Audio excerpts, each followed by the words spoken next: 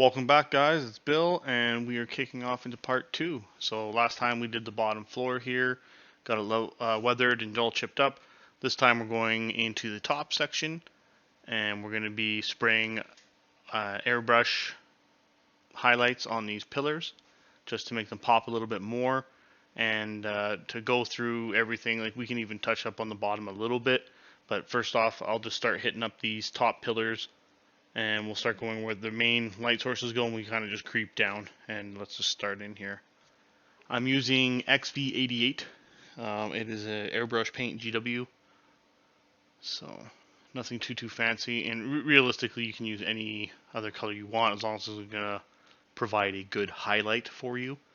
I like the XV88 just because it has a distinct color change and it complements the Beastie Brown from Vallejo well. So. And yeah, pretty much just going through, trying to get everything touched up first. Not using a whole ton of air. I would normally be running, maybe 25 psi, 30 at the most.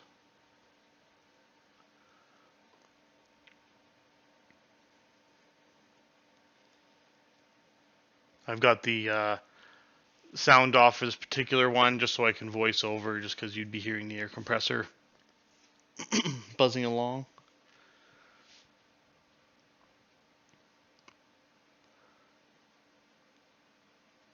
I had some pretty good feedback. A few people shot me some messages about the terrain tutorial and that they want to keep seeing some of the other videos. Like I said, this is the part 2.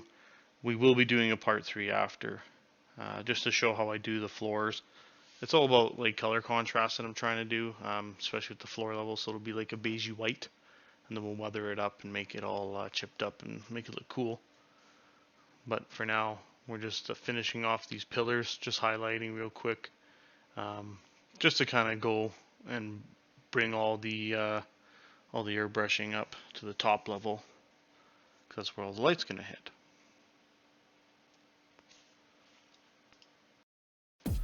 Alright, so finished product, as you can see, the XV88 pops pretty good on those pillars. That's where I was mainly concentrating, just because, like I said, that's where I want the focus to be. Now I'm kicking back in to that metallic gray, just to cut in all the skulls. You remember this from the first part. Cut on all the skulls, get all that done. Unfortunately, there is no easy button for this other than just a one and done kind of paint, so make the best of it. You're gonna have to go through, cut in all the details, the skulls, the chains, the little caps on those sensors. We're also gonna cut in these other skulls here, and we're gonna cut in a little bit of these extra details from, I guess they're ramparts, so we'll cut those in as well, make it all nice.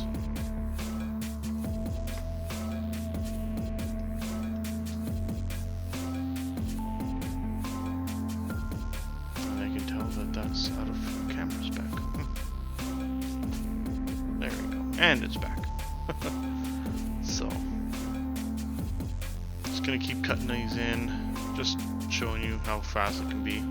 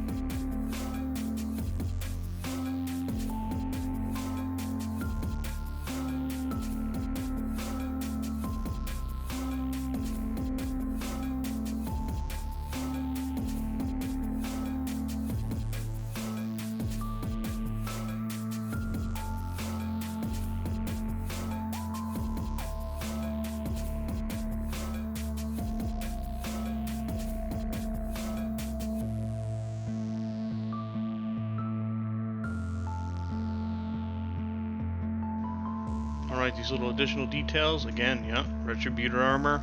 I'm gonna cut in the rest of these little, I guess, small little wing details and little gilding on the building here. It goes really fast, guys. Just hit it and quit it, because we're going to be washing them, and then we're going to be hitting it with a little bit of the oxide technical paint that they came out with. So it's definitely worthwhile just to take your time, go through, and it really doesn't take long. I think in total for this piece, it was pretty much about an hour and a half, and that was with recording everything and going through all the like the video part for you guys. And that's, stopping, starting, changing everything over. But, realistically, 2 hours to get the full piece done isn't a stretch, especially if you're being really, I guess, aware of your time and, trying to cut corners where you can to make it as productive or efficient as possible. So it's all about time management here. And then just finish cutting in these archways just to make sure it's all done and ready for wash. So, and it doesn't take long. Find a color that'll help you do that quick. Bulk on metal is usually a pretty good one. All right, so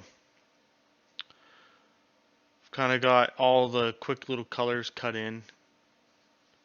Everything's looking pretty good.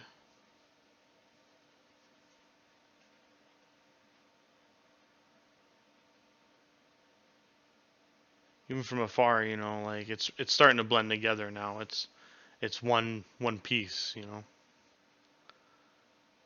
Bottom of the building a lot more beat up and chipped, weathered, and as you go higher, it looks a lot cleaner. And this is before washing, guys. Like, this is just to show you kind of the difference in color. So now that we're pretty much ready to go, I'm going to be spraying a mix of like probably 30% dryad bark, 70% chaos black, and I'm going to be spraying these all on the sensors to make them look like they've been burning. It's kind of like a nice sooty effect. Yes, they do have soot powders that you can hammer on this thing, or even put in your airbrush and spray it right through your airbrush with alcohol or water. Alcohol will help the pigment, the powder, like stick quick. It evaporates nice, and it'll leave you that nice sooty kind of look. I don't mind using it. I usually prefer to use it on my dreadnoughts and vehicles on terrain, because that stuff's expensive. The paint, I think, is just as good. So, but yeah, make sure you go through, hit it all. And there's even little sections under the ramparts, over by the windows. We're gonna spray all underneath, just trying to give it a little bit of shadowing here and there. This is also gonna help when we chip the rest of the building. We'll be hammering and concentrating on certain spots just to make sure it's all evenly done. It's a little extra details though that you put into your terrain, and even in your minis on the battlefield, that people start to notice. Terrain, it is in the background, so it doesn't have to look as good as your miniatures, but the better it looks, the more immersive it is. So, and now on these little broken spots, I'm also spraying the same thing. That's going to be showing our battle damage, like the weathering. It's going to be a big player in some of our chipping when we get the sides done. So the sides I won't be doing in a video. I'll just be cranking them out, but I will put up pictures once it's all ready and good to go. Alright, so just touching up a couple little spots here and there just to make sure we're all ready. Hitting the tops of those sensor caps.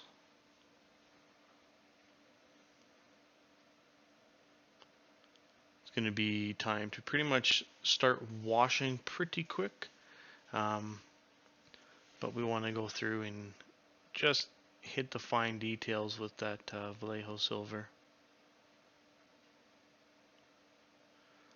Again, tear off a little chunk. Make sure you got some texture there. It doesn't have to be straight.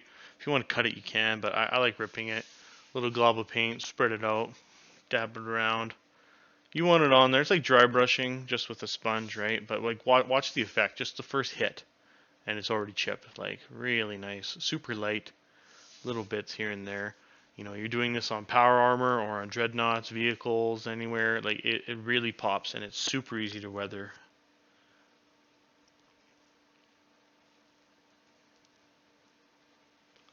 Trying to just show you guys like just how little pressure I'm actually putting on there. So, and just, you know, hitting the spots that we've already sponged a bit all over along the sides, moving up, try and catch some of the bolts. There's a lot of detail on these things, and the more you can catch with just a light sponging, the better it'll turn out for sure. But yeah, that's already starting to look pretty good.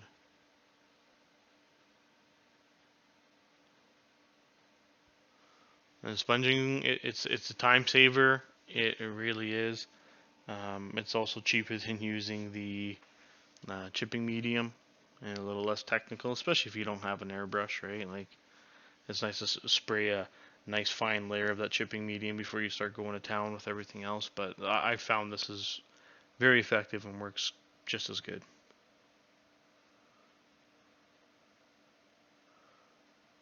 Also hitting up those skulls, right? We want to make them pop as much as we can. We'll also end up getting the center of those windows and the archways and whatnot.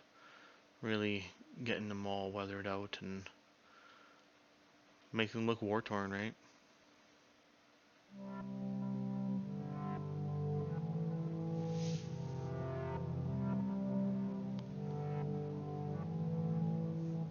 So, wash time. We're rocking that Egrex Earthshade. I've got my trusty water bottle lid, and then we're going to be using the non-oil wash. Now, I don't know if you guys do this, but I throw an M on the top of the black washes that I use specifically for metallics.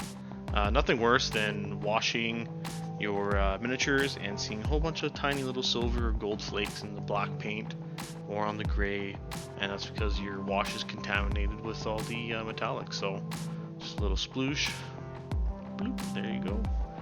And I also add flow improver. It just helps it pretty much move along the model, get into all the little recesses, and also helps to eliminate some of that staining that you'll see if you use the wash straight out of the pot sometimes. But yeah, definitely, if you do the same with your washes, let me know. I hope I'm not the only one, because yeah, I've been burned with the contaminated black non-oil before, and it really sucks. You have to repaint your whole miniature, and yeah.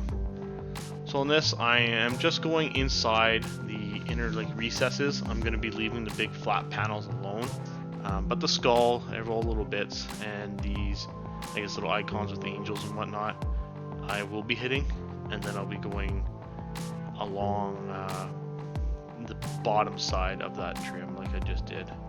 Even in the inside of those chains, get all up inside there. It's important. Hit all those skulls because we've got those all locked in. We've hit them with chipping now. So we're gonna do a little time warp now.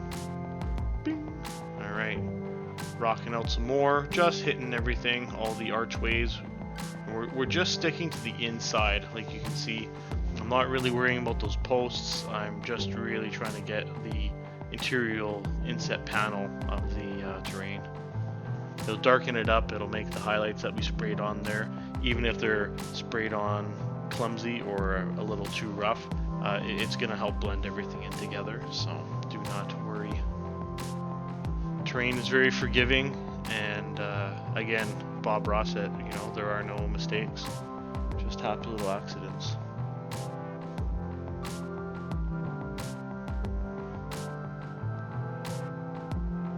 Also be sure to make sure you hit those gold details. The Earthshade really helps the Retributor armor quite a lot, and we can go through, if on the bigger sections, if you want, you can dry brush them on these because they're pretty tiny. They're not like those angels with the big wings on the door like we did in part 1. So I'll literally just be hitting them with a little dab of oxide, and that'll take care of them. It'll be pretty quick. Again, skulls, the skeleton, just really trying to make sure all the detail pops. If you want to go through with the panel liner instead on these, you totally can. It's just I've got lots of wash ready. I've almost got all the interior panels done, so I may as well use it here. And if it's not quite sharp enough at the end, I'll still go through again with the panel line wash, and I'll just lightly dab along the inset just to make sure everything's got a nice crisp black line around it.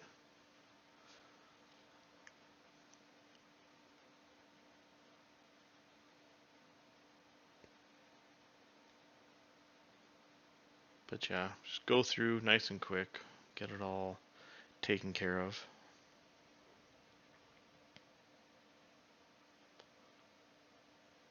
That's really how fast it is. This isn't sped up. This is pretty much you're just watching me go locking in all the wash. Alright, color change off camera. This is just straight up chaos black now inside the airbrush. And we're just lightly misting over top of the sensors. Just so you can see, yes, they've got the silver chipping. They're marked. Moving on to the OSL. Alright, so these bottom little lights. Super easy to do. Basically, when you're looking at it, you want to see where's the glow going to actually go. And you want to put it in a spot where it's going to be, I guess, somewhat realistic, you know. I usually like to leave it on the ground just so I can see where the halos are. Let's kick into it. So I'm using a layer Techless Blue straight right out of the pot, basically mixed with some flow improver. And this is just a light, super light little spray. Kind of just experimenting. It's a little watery. That's okay, because we're going to be letting it dry in between the take here and going back and forth and build it up to a nice glow. The object of the game is, you know, you want to make it look cool, and it adds a lot of depth and little interesting pieces to your terrain. And even other things, your tanks, rhinos, the lights, the sensors, you can put it on Zone Mortalis board. Spraying a little bit more, trying to get a solid color on that base. The reason I mentioned the Zone Mortalis board is because it's pretty quick just doing these two. So I'll just show you a little bit more on the zone board, just how I lock in the final details. So I'm adding a little bit of that Model Air white. It's basically just to lighten it up a bit. It's about 50-50 in the pot now. And that's to take it up to the next step. I'm going about, give it a quick mix here. So I'm going to be spraying inside that pattern I've already done. Maybe about, I don't know, 75% inside that pattern, just to build it up, and then we'll do a final hit of just pure white. But I leave it on the ground, it's just easier to get your spray. Just a quick shot. Yeah, another little hit right there. And then second. Perfect.